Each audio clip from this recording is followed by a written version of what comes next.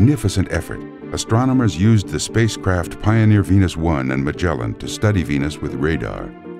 The composite image they developed reveals the surface in stunning detail, using color to show elevation. Since the beginning of the space program, our spacecraft have sent us hundreds of pictures of the Earth.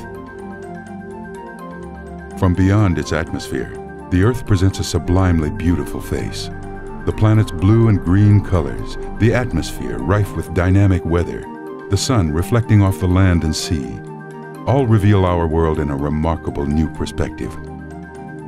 This image, for example, makes it clear just how thin a layer of gas our atmosphere actually is. From space, it is revealed to be a thin mist, startlingly fragile for something so essential to earthly life. In 1999, the Hubble Space Telescope took advantage of Mars's closest approach to Earth in 8 years to capture several detailed images. The pictures were taken in the middle of the Northern Hemisphere's summer. Surface features as small as 12 miles across are visible, including numerous craters, cloud-shrouded volcanoes, and a massive cyclonic storm churning near the North Polar ice cap. When astronomers in the 17th century first looked at Jupiter through their telescopes, they saw a large red spot on the planet. Now, over 300 years later, the phenomenon called the Great Red Spot still exists. We now know the spot is an enormous cyclone-like storm spinning and changing in Jupiter's atmosphere. Winds in the Great Red Spot reach speeds of nearly 270 miles per hour. Unlike the low-pressure hurricanes on Earth, however, the spin of the Southern Hemisphere red spot is counterclockwise. This means the spot is a high-pressure system. These Hubble images, taken between 1996 and 2000, show Saturn as its northern hemisphere moves from autumn to winter. Saturn's equator is tilted 27 degrees off its orbital plane, just 4 degrees more than the Earth's angle. This means Saturn experiences seasonal changes like the Earth. Astronomers are using these pictures to study Saturn's rings and their varying color and brightness. They hope the images will help explain the ring's composition, formation, and potential lifespan.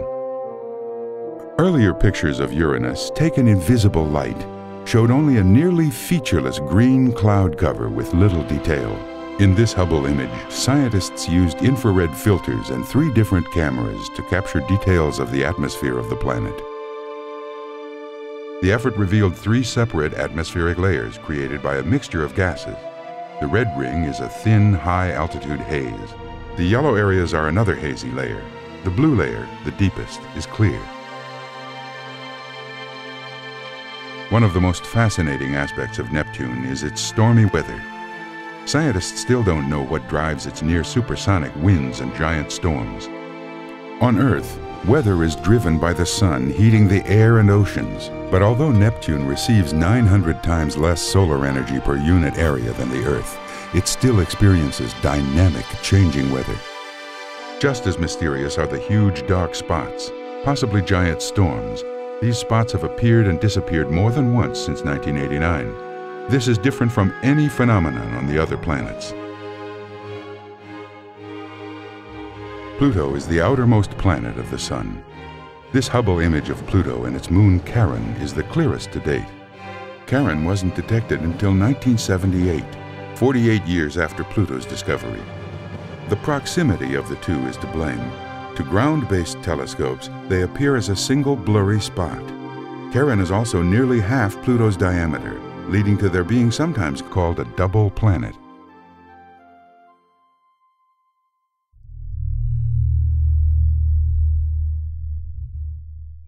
In the exploration of space, the Sun and its planets are just the first step.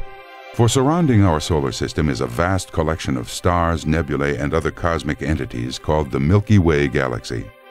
Look into a clear sky on a dark night and you'll see a pale white strip of misty light stretched like a cloudy belt across the heavens. This bright cloud is our edge-on view of the Milky Way, the lens-shaped galaxy that is home to our solar system.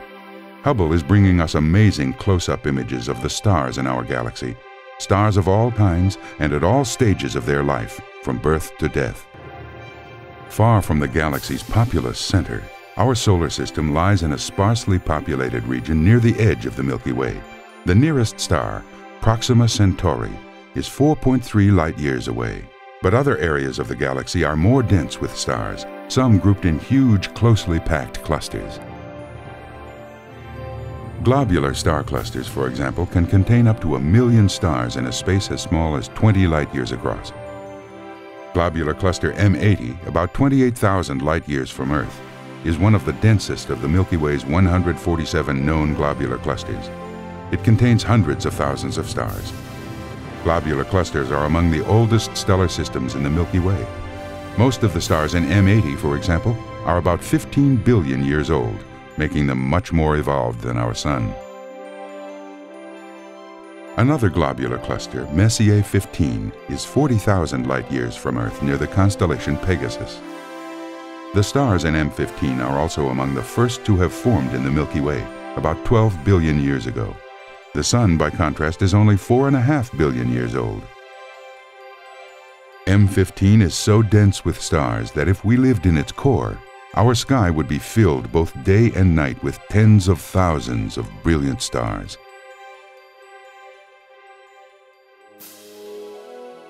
Globular cluster Omega Centauri, only 17,000 light-years from Earth, is unbelievably dense. This section of the cluster is only 13 light-years wide, but it holds a staggering 50,000 stars. In Omega's 12 billion years, thousands of its stars have collided, combining into larger stars or into binary systems where two stars revolve around each other. One of the nearest globular clusters, 47 Tucanae, lies only 15,000 light-years away, just outside the disk of the galaxy.